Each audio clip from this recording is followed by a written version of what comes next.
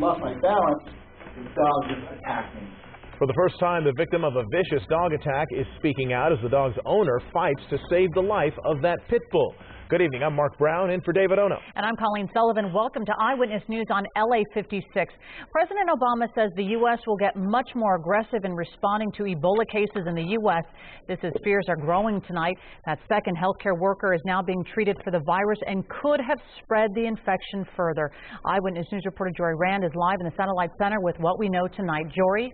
Colleen, the CDC saying today that nurse, Amber Vinson, should not have flown on that Frontier Airlines flight from Cleveland to Dallas. That point now abundantly clear as Vinson has been confirmed to have the Ebola virus. Just hours ago, Ebola patient Amber Vinson, wearing a hazmat suit, walking off a specialized biocontainment plane at Emory University Hospital in Atlanta, the same hospital that treated Dr. Kent Brantley. Vinson is now the second healthcare worker to contract the virus after treating Thomas Eric Duncan, who died at this Dallas hospital last week. Her temperature began to rise Monday night before flying from Cleveland to Dallas, but she was told by the CDC she could fly because her 99.5-degree temperature was not high enough to technically be considered a fever.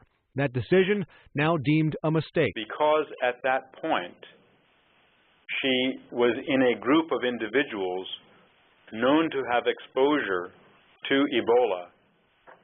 She should not have traveled on a commercial airline. 132 people were on the flight with Vinson, and each one will be interviewed and potentially monitored. But Frontier Airlines says the plane Vinson traveled on remained in service, making 5 more flights on Tuesday before they became aware of any Ebola risk. That airliner has now been decontaminated 3 times and was set to return to service tonight, but Frontier saying they have now pulled the plane from service. Today, President Obama met with top cabinet officials, urging his administration to get aggressive fighting Ebola. As soon as somebody is diagnosed with Ebola, we want a rapid response team, a SWAT team, essentially from the CDC, to be on the ground as quickly as possible. Still, health officials say the general public is not at risk for coming down with the deadly disease. It is not out there in the general population. Right now, it's isolated only to those people who have traveled from West Africa or been around people that have traveled from West Africa. You are not going to encounter it just in your day-to-day. Now, as for Nina Pham, that first nurse diagnosed with Ebola here in the U.S., she remains in good condition at Texas Presbyterian Hospital. Live in the Satellite Center, Jory Rand, ABC7 Eyewitness News. Jory, thank you. Ebola in America is taking its toll on the nation's major airlines. Shares of the biggest carriers took a tumble today, but recovered in afternoon trading. The head of the International Air Transport Association says concerns over Ebola are unlikely to reduce air travel, but representatives of several U.S. airlines say they have yet to receive new guidance from the CDC on how to monitor passengers and clean planes.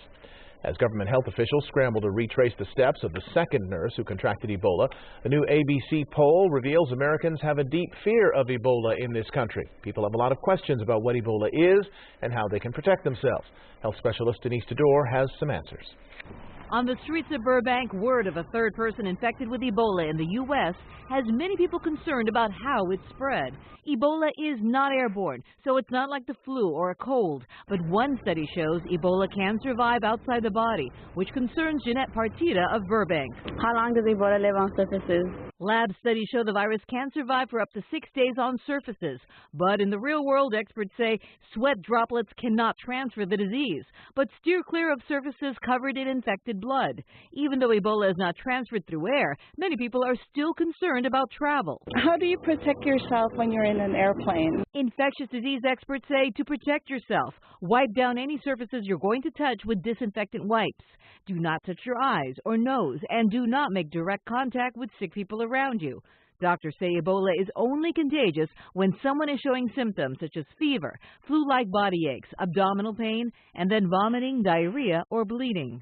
When a patient becomes sicker and sicker, the amount of virus becomes higher and higher. Many studies confirm personnel working in close proximity of patients, such as healthcare workers, are at much higher risk of getting infected. We've seen it happen twice at Texas Presbyterian Hospital. This is why Julia Davis of Studio City wonders why hospitals aren't taking even more precautions. My question is, why aren't healthcare workers being issued full-level protection bodysuits? County health officials say the personal protection equipment being provided in hospitals are adequate, but more steps are being taken to ensure removal and decontamination protocols are followed more closely. I think it's good for a hospital to have one set so they're all practicing drilling on the same type of equipment. Denise Tador, ABC7 Eyewitness News. The Centers for Disease Control and the World Health Organization have compiled a list of the 7 things you need to know about Ebola. You can find that list on our website, ABC7.com. Also, you will see a detailed list of the signs, symptoms, and more on how to protect yourself. Stay with Eyewitness News for complete coverage of the Ebola situation in America. Ahead at 8:30, we'll look at how much some Ebola-related hoaxes are costing local taxpayers and the serious punishment someone could face for falsely claiming to have the disease. Breaking news: an argument on board an MTA bus rolling through Beverly Hills escalates into a stabbing. Air 7 was over the scene on Wilshire Boulevard near Whittier Avenue. Investigators telling Eyewitness News a male suspect stabbed 2 passengers. The bus stopped. The man then ran down Wilshire. He was apprehended a short time later by sheriff's deputies. 1 victim was transported to a hospital. There's no word on the extent of anyone's injuries. The LA County Sheriff's Department has officially opened an investigation into actor Stephen Collins. Last week, a woman came forward accusing the former Seventh Heaven star of exposing himself to her back in 1983 when she was just 13 years old. Detectives are also looking into whether Collins annoyed or molested a child and if the 31-year-old case should go to the DA. It isn't necessarily an issue for us when there's a delayed report. We simply take the information when we receive it, and then we act on it and begin our investigation. Authorities in New York are also looking into molestation charges against Collins. Last week, recordings surfaced of a taped therapy session in which Collins reportedly confessed to child molestation. For the first time, we're hearing from the pool man who was attacked by a pit bull mix and badly injured last month. Eyewitness News Inland Empire reporter Leticia Juarez has the man's story. As I lost my balance, the dog just attacked me. Andy Ortiz describes the moment he knew he was in trouble. Jumped right on top of me, just grabbed my leg immediately. He started, just going at me, and I'm just freaking out. And if I try to get up, he grabbed my face. It was a vicious attack that left Ortiz, a poolman by trade, with severe injuries to his face, leg, and right arm. 4 weeks ago, Ortiz says he was cleaning a pool at a rental home when the occupant's pit bull Pigbert attacked. He was able to get away by jumping over a fence. Today, he came face-to-face with the dog owners during a hearing to determine what should happen to the family pet. He's a sweet dog. He's never hurt, harmed, bit anyone. He's been aggressive. He's the greatest family dog in the world. The Riverside County Department of Animal Services is recommending the dog be put down, but its owners, Catherine and Paul Mason, are hoping they'll be able to bring Pigbert home. Even if Pigbert did commit this, it was a one-time.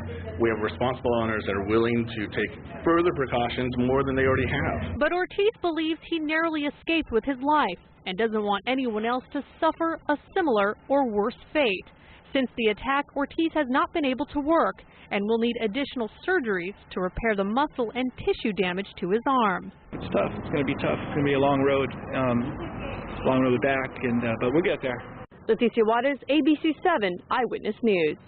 It'll be at least another week before a third-party hearing officer will decide what will happen to the dog. As for Ortiz, he tells us he's out of work and has no medical insurance. His family and friends have set up a website for anyone who's willing to help him out. For that information, go to our website, abc7.com. A brazen bandit robbed the Stanton Market at knife point, and it is all caught on tape. Take a look at the surveillance video from last night at the LA Pico Market on Beach Boulevard. The suspect pulls out a knife and threatens an employee and customers. Investigators say he then took off with cash and a bottle of alcohol, getting away in an SUV that someone else was driving.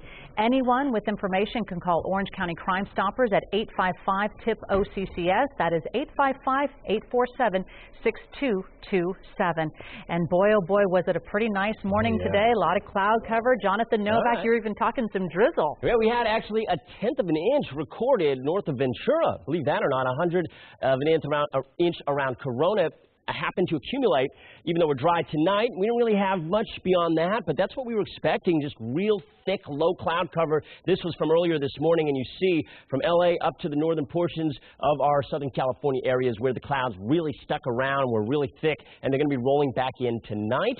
Tomorrow, not as bad, if you will, in regard to the cloud cover. We're actually going to burn it away a little bit sooner, and temperatures will still be in the 70s where we were today. Right now it's 69 though in LAX with partly cloudy to clear skies in fact tonight, so it's taking a little longer for the marine layer to build in, which for me I like that a lot. 68 in Santa Monica, or 69 rather, 68 in Burbank and 50 in Wrightwood. It's a beautiful evening ahead.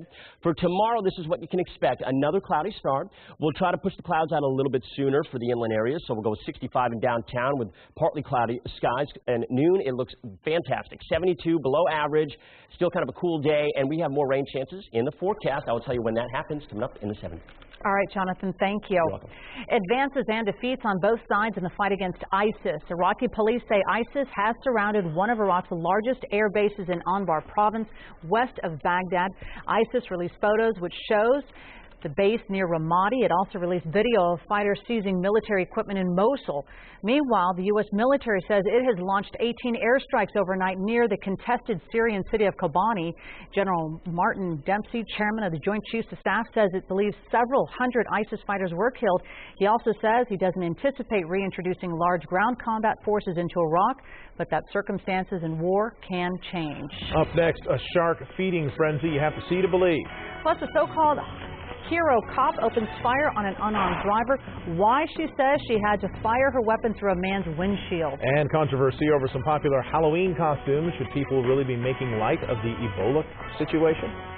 The Oscar winner ready to tackle another real-life role. I'm George Pinocchio. That's in tonight's Hollywood Wraps. Plus, a Brad Pitt surprise and Neil Patrick Harris's original way of letting the world know about his very cool new job. That's next.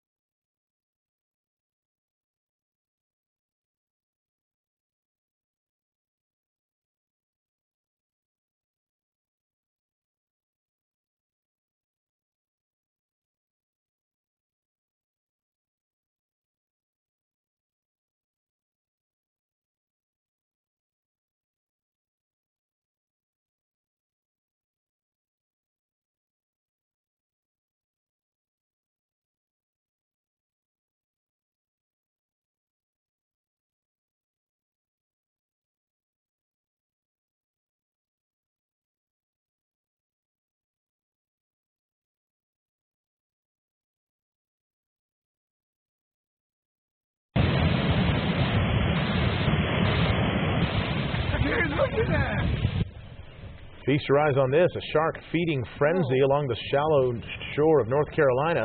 Leaders of a local church were fishing for dinner during a retreat when they spotted this incredible sight. Dozens of sharks feeding on a school of fish. Plenty of seagulls around, too, to pick up the scraps. You can see some of the eager predators nearly beaching themselves, all to grab a bite. Wow, incredible. A Texas man charged with assaulting a police officer is hoping dashcam video will help prove his case. 22-year-old Jay Mazok is suing for excessive force. Take a look at the video, which shows Officer Ann Carrizales shooting Mazok through his windshield 2 years ago. Police say he tried to close his car window on her arm and use his vehicle as a weapon. What's more, Carrizales was dubbed a hero cop after surviving a shooting last October and claims she devoted her life to service. Mazok's attorney says it doesn't add up. I was born to be a protector. I always have been a protector. She did a good thing there, and that's fantastic. However, a year earlier, she shot my client in the face. It's on video, and it's improper, excessive force. Mazok faces charges of assaulting an officer and drunk driving. His attorney is asking the FBI and Department of Justice to investigate. The police department says it strongly disagrees with Mazok's claims. Halloween is fast approaching, and costume stores are stocking up on some unlikely costumes: hazmat suits, respirators, and gas masks. The store worker says the costume was originally inspired by the hit TV series Breaking Bad, but now it may become popular because the suit looks like it would protect against the potentially deadly Ebola virus. Some don't think the costume is offensive. Others say maybe it is. I personally don't mind. I think on Halloween people just want to have a good time. I don't see any harm in that. I really don't think people are thinking about that. I don't think they're thinking about the families and the victims. Ebola has killed more than 4,500 people this year. A 37-pound cat in Riverside is recovering after a risky surgery to remove part of his colon. Big E was recently adopted by a local vet who concluded the only way to save his life was to operate, but the road to perfect body isn't over. He still has to lose a significant amount of weight to be healthy. A normal cat typically only weighs 10 pounds. So keep your eyes open for him on Facebook. His new owner plans to document his weight loss journey on Riverside Cat Hospital's page. Okay. I heard that the cat, they're going to put it on the Catkins diet. Oh, no.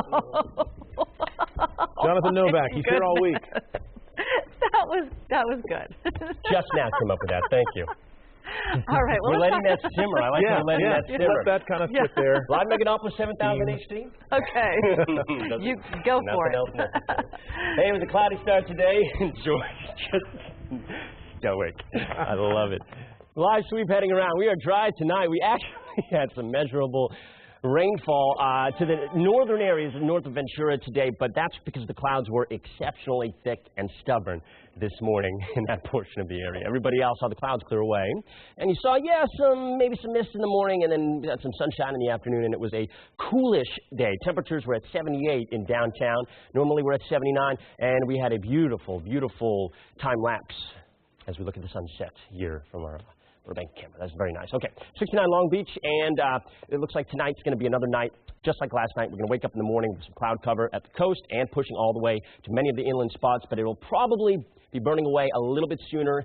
Temperatures will still be in the 70s, though. Right now, we're in the upper 60s to 70 in most spots, and by the way, we are tracking Hurricane Gonzalo still moving to the north now. At 9, these are the latest numbers. These just came down, winds of 125, and this is heading up toward Bermuda, and this is going to be an issue for that area of the world. Unfortunately, this is going to be bringing some extreme winds as it heads to the north over the next 48 hours. So for us, we're just looking at basically a pattern that we've been looking at the last couple of days. It's going to be a onshore flow for tomorrow and into the weekend, but we have one more chance of rain because we have another front that's going to be rolling through Friday night into Saturday. That could bring a few more showers, but nothing significant. Once again, very similar to what we had today. And you can see that in the future scan. This is Thursday. Call it kind of an in-between day, Thursday and Friday, very status quo. There's the front Friday night, moving through Saturday, and a chance of showers that is very slim, but it is in there, and temperatures will be kept in check also as a result, and in the mid-70s. So for tomorrow, we're looking at 74 in Los Angeles, 74 Simi Valley, 77 Santa Clarita and Palmdale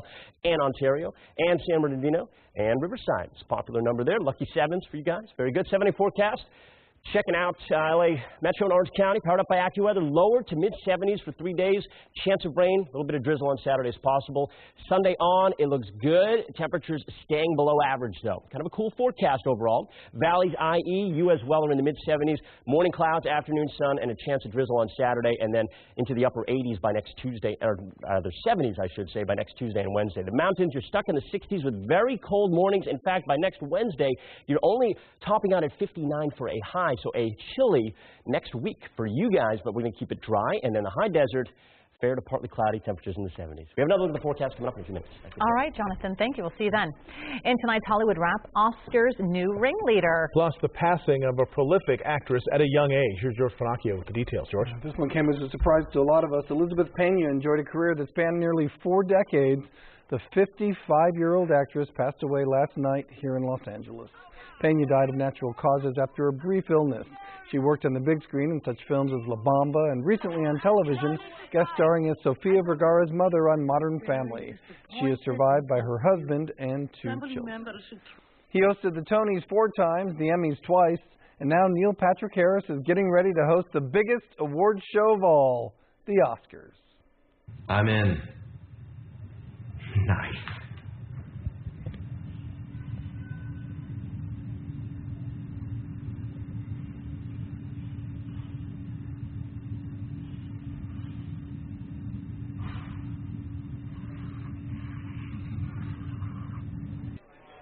Neil says it's a dream come true to be asked to follow in the footsteps of Johnny Carson, Billy Crystal, Ellen DeGeneres, and everyone else who had the great fortune of hosting the show. You'll see the Oscars February 22nd right here on ABC7. Christian Bale won an Oscar for The Fighter. Now he's looking to take on another tough role, Steve Jobs. Variety reports Bale is in talks for the starring role in the movie that is based on the biography of the Apple co-founder. Danny Boyle is directing. Aaron Sorkin wrote the script. Brad Pitt won an Oscar for producing 12 Years a Slave. Last night, he delighted fans in Manhattan at a special screening for the new drama Fury. Logan Lerman, Michael Pena, Shia LaBeouf, and John Bernthal joined Pitt for the surprise appearance. Fury follows a group of American soldiers in the final days of the war. The actors are in Washington, D.C. tonight, where the film will be screened in honor of our veterans. It is in theaters on Friday. Coming up on the news at 11, Channing Tatum could sure use your help to help him strip. I'll explain. I think everyone's lining up to help. All right, George, thank you. We'll see that story, George. Thanks. Up next here tonight, news of a massive Toyota recall. Plus, why videos showing freeway guardrails failing tests over and over again were never turned over to the U.S. government. And police are hoping these surveillance pictures will lead to the man who beat a disabled veteran and caused his death.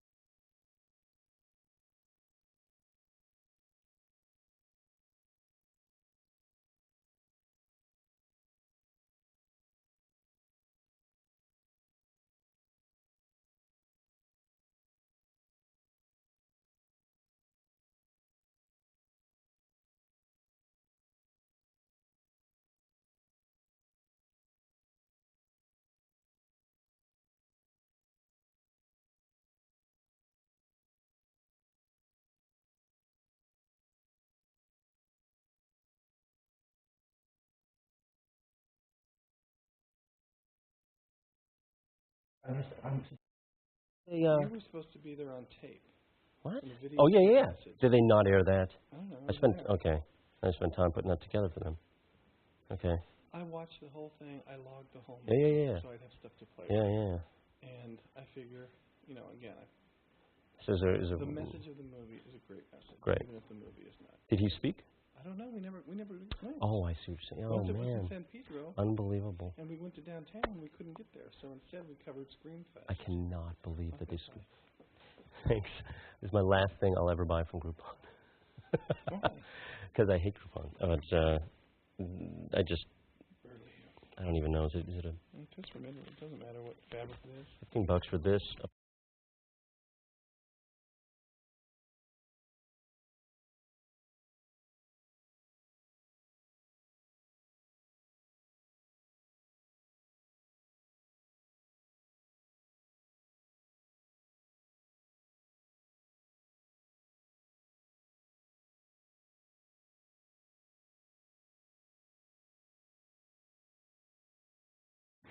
Hello. Oh, I hear. I just wanted you to know that an attempt was.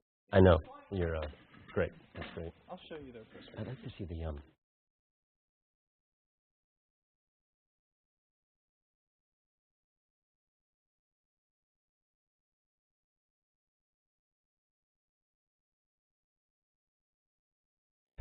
A major set of recalls announced today for Toyota vehicles here and overseas. One involves more than 420,000 older model Lexus luxury cars in the U.S. The recall is due to a gasket that can leak fuel and possibly cause a fire. It covers the LS, GS, IS, ISC, and ISF models from various years between 2006 to 2011. The company says no fires, crashes, or injuries have been reported. The recall is among 3 global recalls totaling about 1.7 million Toyota vehicles. The other 2 recalls mostly cover vehicles sold in Japan. There's a cow in Illinois that's giving Babe, the legendary blue ox, some competition for biggest bovine. Take a look at Blossom. At 6 feet 4 inches tall, she has set a new record as the world's tallest cow.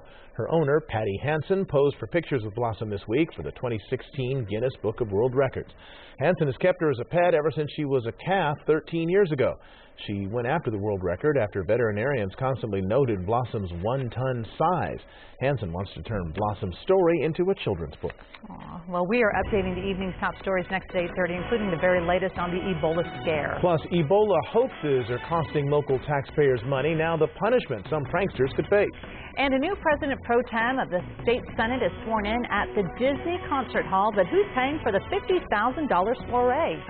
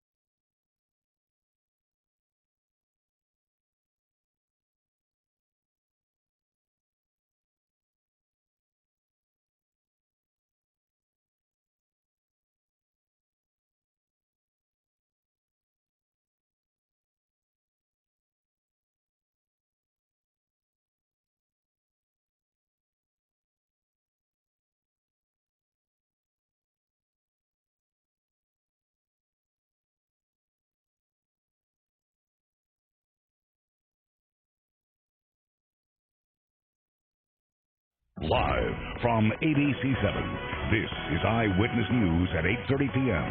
on LA56. Our top story at 8:30, the latest on the Ebola crisis in America. I'm Colleen Sullivan. I'm Mark Brown in for David Ono. This is Eyewitness News at 8:30 on LA56. A second Dallas nurse is now battling the potentially deadly virus. 29-year-old Amber Vinson boarded a private jet this afternoon traveling from Dallas to Atlanta. She is being treated right now at Emory University. The nurse was part of the team at Texas Health Presbyterian Hospital that took care of Thomas Eric Duncan, the Liberian man who died from the virus last week. Vinson raised some concern that she may have exposed other people when she flew from Cleveland to Dallas on Monday, one day before she started showing symptoms. But the head of the CDC says she posed little risk to other passengers. And there are currently no cases of Ebola in California, but state health workers are taking steps to prepare for infected patients who may arrive on a plane. California's public health director says prevention specialists are working with hospitals to implement infection control procedures, but some nurses on the front line say more work needs to be done. Those protocols and procedures are actually required by law to be in every licensed hospital in the state. We're not prepared. There have been no hands-on training for how to use personal protective equipment, and we also don't have the personal protective equipment that's necessary really to protect ourselves from Ebola. Ebola can only spread through contact with bodily fluids after the patient shows symptoms, which officials say greatly reduces the chances of an infection being spread on board a plane. Growing fears of the Ebola virus in the United States have made health officials susceptible to pranksters. We've already had several false alarms here in Southern California. Eyewitness News reporter Giovanna Lara tells us public officials have a message. Ebola is no laughing matter. Concern about the potential spread of Ebola in the U.S. has made us all vulnerable to hoaxes. Pranksters who think it's funny to say they have Ebola in public. This is not a laughing matter. Some people think it is, but it's not. It happened Monday on a metro bus running line 33 on Venice Boulevard. A man wearing a surgical mask telling the bus driver not to mess with him because he had Ebola. Passengers were taken off the bus, the vehicle put out of service for days, and the driver taken to a hospital to be checked out. One day later, a similar incident, law enforcement responding to this metro bus after 3 teenage girls ran off the bus laughing, saying they had Ebola. Now, there's a cost to a hoax like this. The cost is in dollar figures. We have to pay this man to be off and replace him on his bus route. But there's also a cost to society. I need your attention. It happened in the skies, too. A hazmat team boarding this U.S. Airways flight from Philadelphia, removing a passenger who reportedly sneezed, then said, "I have Ebola." He did not. It's a drastic waste of taxpayer funds. In the case of the first Metro bus incident, the LA County Sheriff's Department is now investigating, reviewing surveillance video to track down the prankster wearing the mask. It's very serious to disrupt people, to cause extra expense to the county, to the transit system, to the law enforcement agencies. And people who do this are going to be caught, and they're going to be prosecuted. Giovanna Lara, ABC7 Eyewitness News. Stay with Eyewitness News for all the latest developments in the Ebola situation. We also have resources on ABC7.com to help you understand the potentially deadly virus. A not guilty plea today for a man accused of kidnapping a UC Riverside student in June. Donald Earl Rosenbeck is accused of kidnapping to commit rape, false imprisonment, and other felonies. Investigators say he grabbed a woman in a parking lot near the UCR campus. She told police Rosenbeck tied her up and put something over her head, then drove around for almost an hour. Police say the woman talked the suspect into releasing her. Rosenbeck is being held on $1 million bail and could face life in prison if convicted. The city of Los Angeles today announcing a new fight against domestic violence and elder abuse. Law enforcement officials say the focus on domestic abuse is very important. They say the impacts of such violence go on for generations and fuel gang violence and gun violence. Mayor Garcetti announced the city's first ever program aimed at ending elder abuse, funded by nearly $2 million federal grant and a donation from Verizon Wireless. Thanks to funding from the Department of Justice, the city will begin training law enforcement officers and prosecutors so that they can effectively identify and support older victims of domestic violence and prosecute the perpetrators of this type of horrible abuse.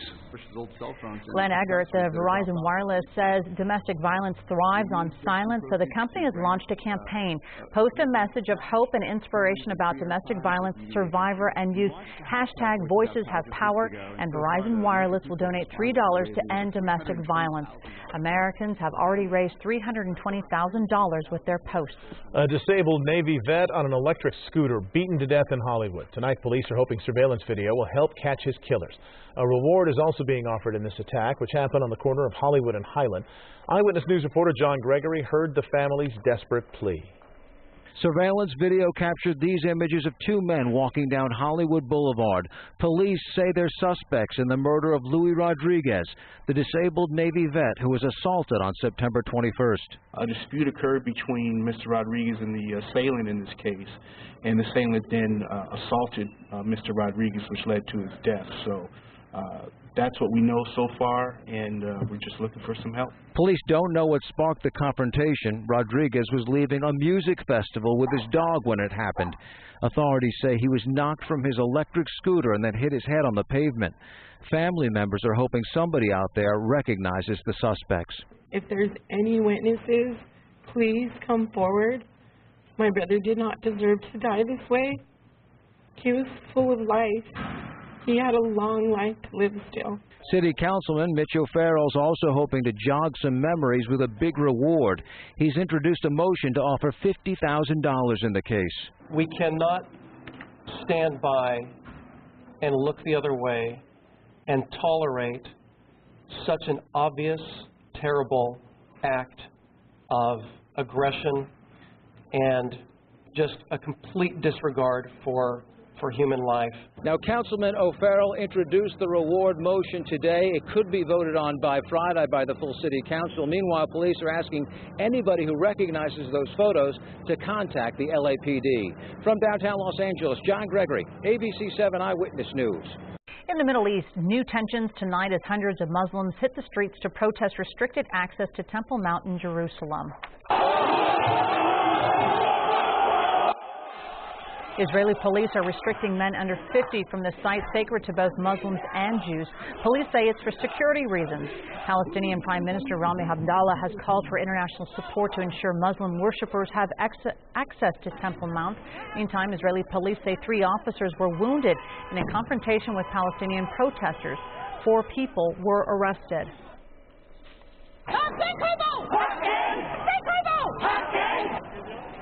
In Hong Kong, outrage is growing over the alleged police beating of pro-democracy demonstrators. One such beating was captured on video. You can see the man being kicked and punched repeatedly. It happened during fierce clashes between riot police and protesters. Hong Kong authorities promise an impartial investigation and say the officers involved have been temporarily suspended. A big swearing-in soiree tonight at the Disney Concert Hall for the new president pro tem of the State Senate, Kevin De Leon. He is the first Latino to lead the State Senate in more than a century. So who's paying the $50,000 tab for tonight's party?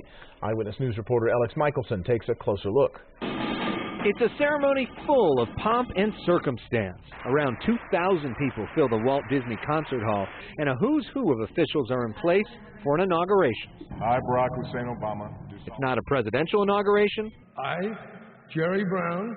Or the inauguration of a governor. I, Kevin De Leon.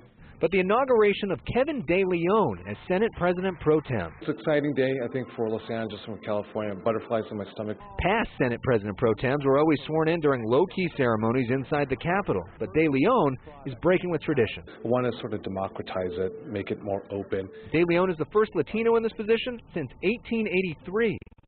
The California Latino Legislative Caucus Foundation, which receives money from special interests, is picking up the $50,000 party tab. The party comes the same year that several Democrats in the state Senate were suspended due to ethics issues. The Howard Jarvis Taxpayers Association says, quote, from the taxpayers' perspective, we'd like to see lawmakers spending less time on self-aggrandizement and more time on serving the public. De Leon says this free event isn't costing taxpayers. No taxpayer dollars at all whatsoever, so I don't think it's a big thing. You know, historically it's been for political insiders only. We're doing quite the opposite. We're opening it up for Southern California. De Leon spent much of his speech talking about his mother, who was a janitor when he grew up. Now he is the most powerful man in the California Senate. Reporting from downtown Los Angeles, Alex Michelson, ABC7 Eyewitness News. Up next, how to figure out which fats are actually good for you. Plus, startling images playing out in court. A crash test video showing guardrails failing repeatedly. Was this video kept from U.S. safety officials? And we did have clouds to start, but they cleared out and made for a cool day here in Southern California. Details on what will be a cool rest of the week in your 7 days. Stick around for it.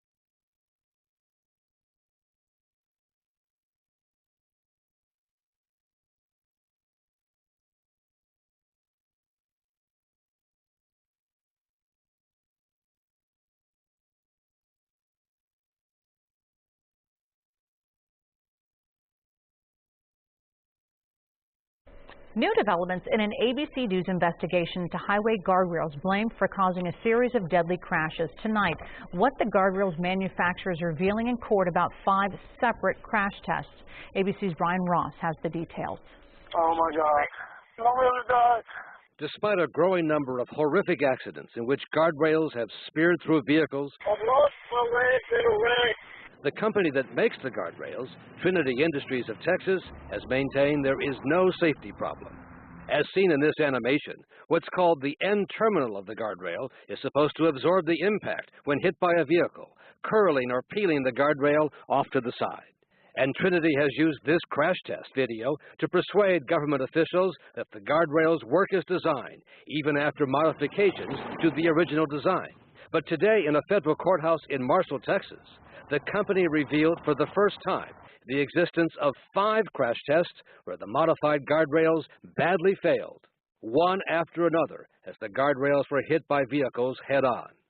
The company concedes that these crash test failures were never revealed to the government, but says there was no need to, because it was a test for an experimental configuration that was later dropped. Brian Ross from ABC News. Can I talk to you just a second, sir? All right, let's go. Outside court today, the president of the company, Greg Mitchell, would not answer questions. Watching all of this today was Diana Allen of Webster, Massachusetts, who lost her right leg in a guardrail accident and is now suing Trinity. If they had done what they were supposed to do, I'd have 2 legs and I'd be walking normal and have my life back. These guardrails are in use on highways in almost every state in the country, and whatever the outcome of the trial here, where Trinity is accused of fraud for hiding a defect, 4 states have, for now, already dropped or threatened to drop the use of the Trinity guardrails. And again, that was ABC's Brian Ross reporting. E-cigarettes will soon no longer be accepted in many parts of Santa Monica. The Santa Monica City Council approved the ordinance yesterday. Beginning November 13th, e-cigarettes will be banned like regular cigarettes. The LA Times reports vaping will be prohibited in public places and vapor retailers must get a tobacco license. Selling e-cigarettes to minors will also be prohibited. LA and Beverly Hills adopted similar ordinances earlier this year. Is any kind of fat ever good for you? We've heard about the type that's bad, like trans fat, but what about fat that you should be eating? Researchers have the answer. In a recent study, scientists gave one group muffins that were made with palm oil, a saturated fat. The other group ate muffins made with sunflower oil, an unsaturated fat. The result? The people in unsaturated group not only had a decrease in bad cholesterol, they had an increase in good cholesterol. Experts say whether you're baking or dining out, you should always opt for an unsaturated fat. And new research questions the commonly held belief that you should lose weight gradually or it's more likely to return. So does it matter whether or not you shed the weight quickly or slowly? Turns out the answer is no. 200 Australians were put on a study, and while both the fast and the slow weight loss group were successful in slimming down, both groups were pretty much equal in terms of how many gained the same or some of their weight back. Coming up, are you ready for a weekend warm-up? Jonathan Novak has his complete forecast up next. Plus, it took nearly 3 decades, but the Royals are heading back to the World Series. Highlights coming up in sports. And the ocean has taken a big toll on this local beach. Now there's an effort to try to reverse the erosion. Stay with us.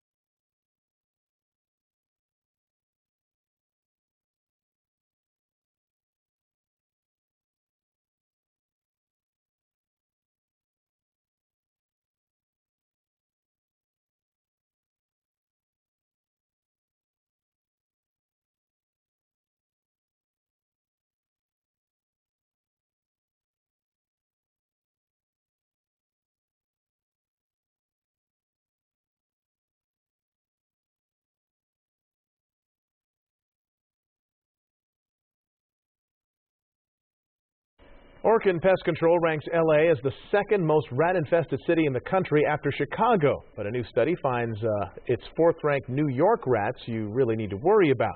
Columbia University researchers found New York rats not only carry salmonella and fever-causing illnesses, they also carry so-called novel pathogens and bacteria. In other words, disease-causing agents that are unknown to modern science. The researchers also say New York City rats are wilier than other rats. And they're bigger.